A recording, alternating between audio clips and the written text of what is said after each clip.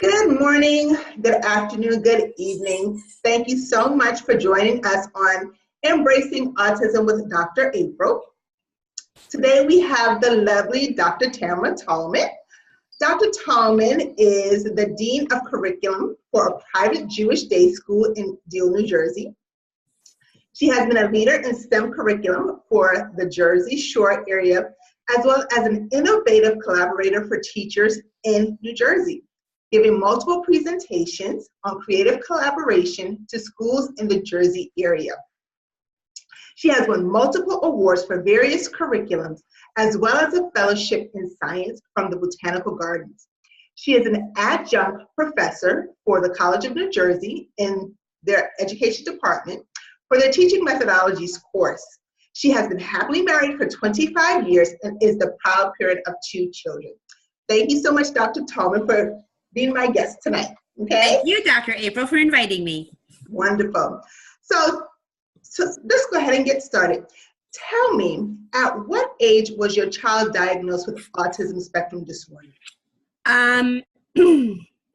He was officially diagnosed at the age of 8 by an independent neurological psychologist. But I'm going to be honest, I knew from when he was born that something was, he wasn't the same as all of his other friends and all of the other babies, but he was my firstborn, so I didn't really have, too much to compare him by. Right. And what do you mean by you noticed that he was just a little bit different? Can you tell us one thing that made him not seem like his typical peers? From birth, he would not sleep alone. Okay. He wouldn't sleep in a crib. He hated loud noises. I remember 3 days in, he was put in neonatal intensive care for severe jaundice. And even just the paper crinkling under him, he would just cry and cry and cry. But more specifically, as he got older, maybe about 3, lots of complaints and seemingly physical discomfort at the lines on his socks, the tags in his shirts, buttons, zippers, snaps. By the time he was in kindergarten, it was obsessive hand washing. And by the time he was in 3rd grade, his teacher had told me at conferences that he seemed to have more difficulty than the other children socializing. Okay, all right, thank you. So when you heard the word autism, what was going through your mind? Fear. Can you talk a little bit more about that? Fear, yes. Fear that I didn't know enough about it and that I wouldn't be able to help my child. Fear that he would be labeled by society, by his friends, and that he wouldn't have any kind of a normal life. And fear that I was going to fail him. Wow. That's a lot for a mom to consider, especially when it's your first child. Yeah. Yeah. Definitely. So what have been your brightest moments raising your child with autism? My brightest moments have been his every success. Wow. It's funny because when your child receives a diagnosis and he's on the autism spectrum, I read everything there was. I talked to people unabashedly. I put myself out there. I gained any and all information I could because I was like, you know what? Hell with it. If it seems embarrassing to people or they don't want to talk about it, that's on them. But I've got to advocate for this kid, and the only way I can do that for myself is to be armed with as much information as possible. So every little thing that he was successful in, from his first day of wearing jeans, we had like a cake. It was momentous, because it wasn't so much the stupid snaps and zippers, it was the fact that he was able to take it on and to master it. Wow. And with each skill that we conquered, eye contact, being more social, recognizing facial expressions, and understanding which ones they were, Mhm. to to his acceptance into a premier high school, to his graduation this past May from Harvard. Wonderful. Yeah, yeah, and he's just, I think he is the poster child for never quit. Yes, I love that. I love that. Never quit. I love that. So for you personally as his mom, what challenges, if any, have you experienced on your journey? Challenges as a mom.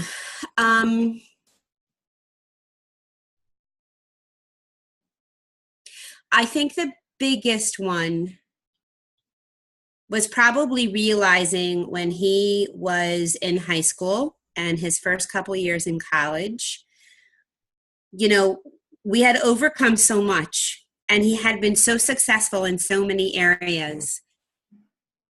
And there was more. And I was like, wait a second, isn't there like a line in the sand where like we're done? Like he's better?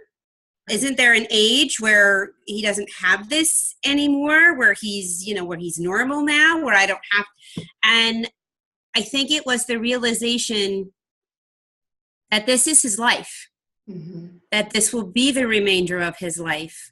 Mm-hmm. And it was good and bad. It was Mm-hmm. bad because, I had to grieve a little as a parent that he would never be fixed, so to speak, that all my love and care and devotion and information wasn't going to heal my son of autism. Right.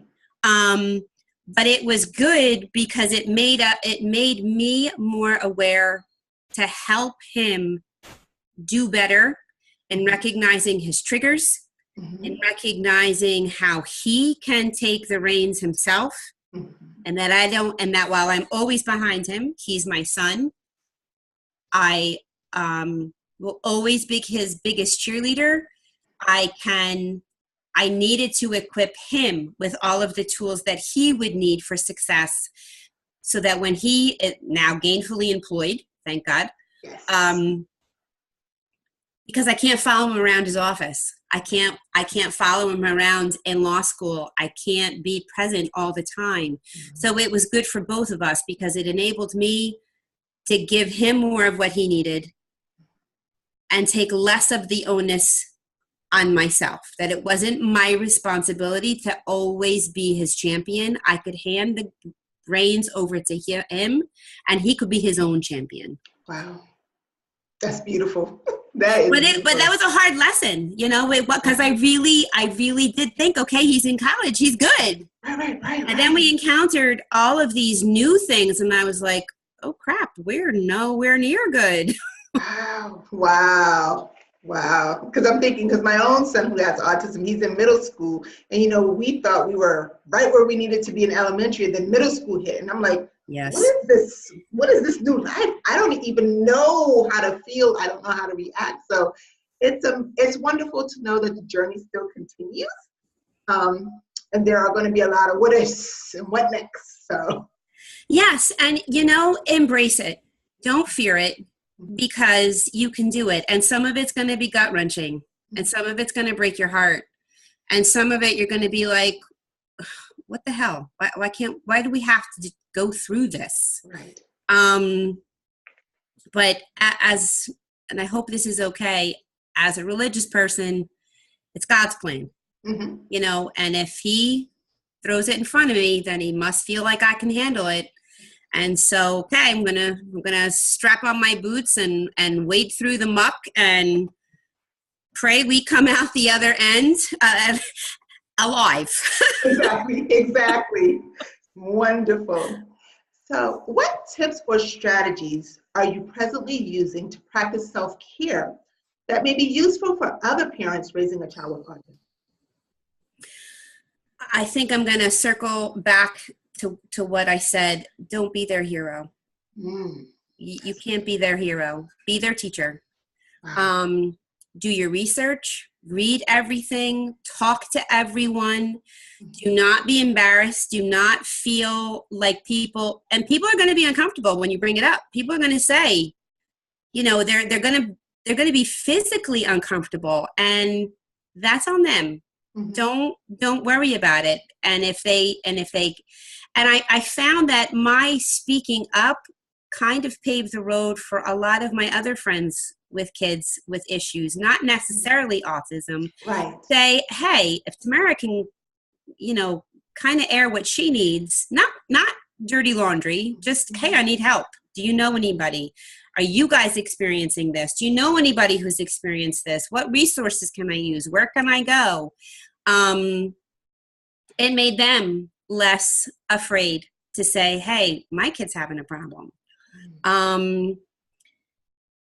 Help them to recognize their triggers, help them to recognize when they need help, have them be unafraid to ask for help, and help them to accept themselves exactly as they are. They are unique, they are special, and their differences make them only that, make them different.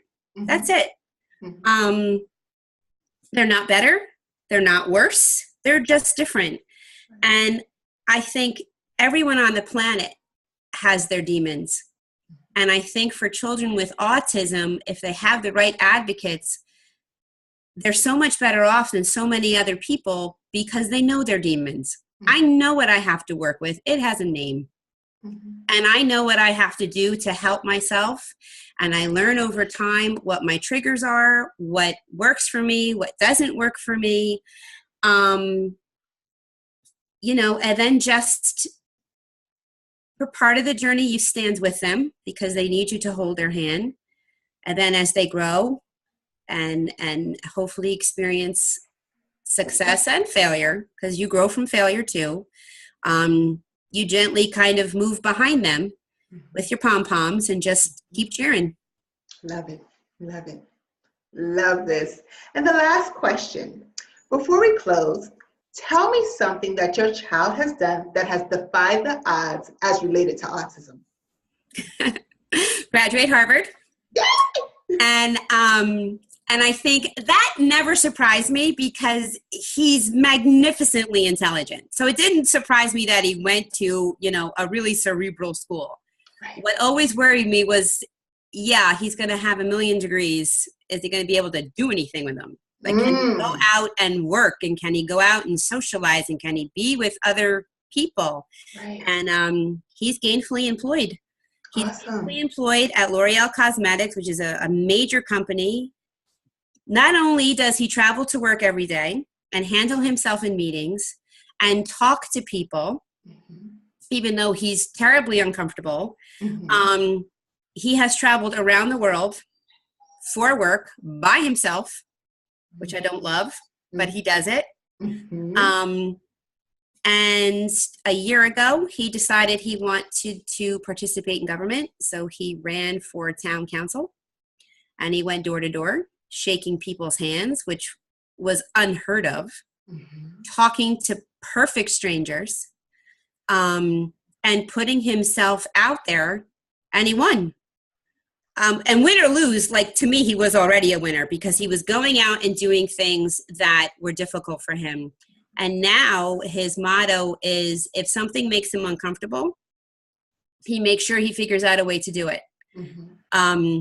He's deathly afraid of open water, and he is going to be participating in his first triathlon in May because he's decided that's another fear he needs to conquer. Wow. So as long as he kind of has that attitude, that I can do attitude, I think he's going to have success. And I feel like that's, every time he does something amazing, he shocks me. Oh, and that was him that just walked in the room. Love it. Love it. Love it. Love My boy. I love it.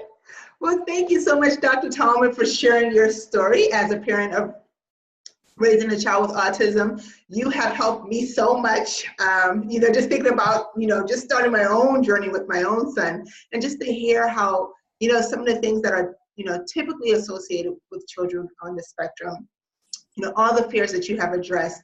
I think your story and your journey will help so many moms. Oh, I'm so glad. I'm so glad. And on a, on a personal note, if you ever need a shoulder to cry on, a resource, a light at the end of your tunnel, don't hesitate to reach out. I would be happy to help. Thank you so much. Have a great evening. My pleasure. You too. All right. Bye-bye. Bye-bye.